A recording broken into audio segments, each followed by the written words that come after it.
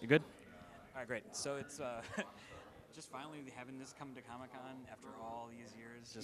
Just what does it feel like? Just being here. It feels like I've been pregnant for about 3 years, uh, and we're finally inducing labor.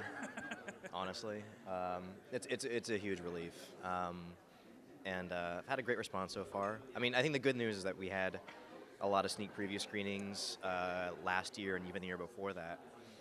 So it's been fun to kind of watch the buzz build, watch people embrace it slowly, come around, watch the curiosity peak. It's been and we planned it from the very beginning.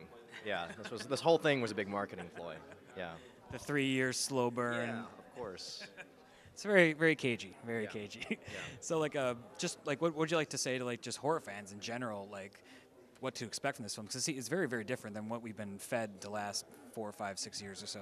Yeah, for horror fans, I think they'll get a kick out of it, especially if they're fans who have grown up watching a lot of films that I did, especially those from the 80s, when horror was fun and not just gross.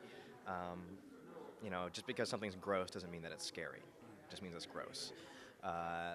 But a lot of my favorite films are the types that you could watch over and over again because they're just as funny as they are scary.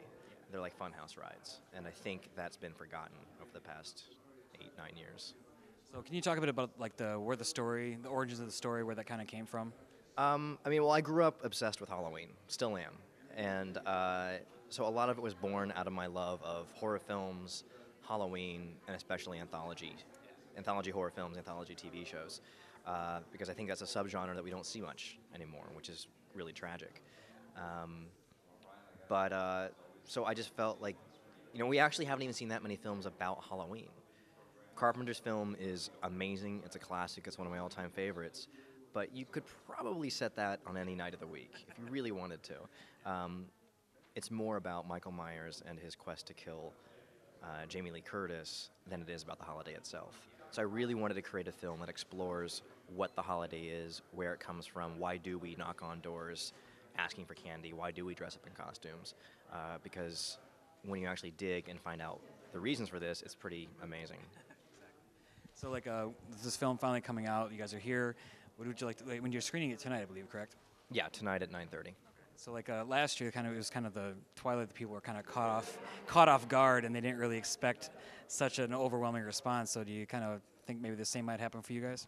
We'll see. I mean, every screening we've had, I'd say, has gotten better and better. We had 2 in LA last year, the Sitges Film Festival in Spain.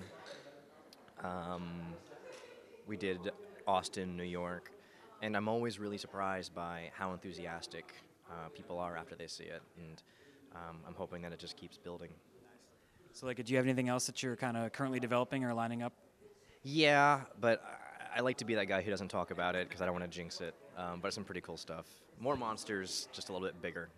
Is there be like All Saints Day or something like that? Or No, it's more sci-fi action than anything. Yeah. So, just to wrap up, like, just what would you like to say to the fans, just to the horror genre itself, of what to expect from Trick or Treat? I'd like to say thank you to the fans more than anything. They've been the ones who've really kept me going. Great. Thanks so much, Michael. Thank you.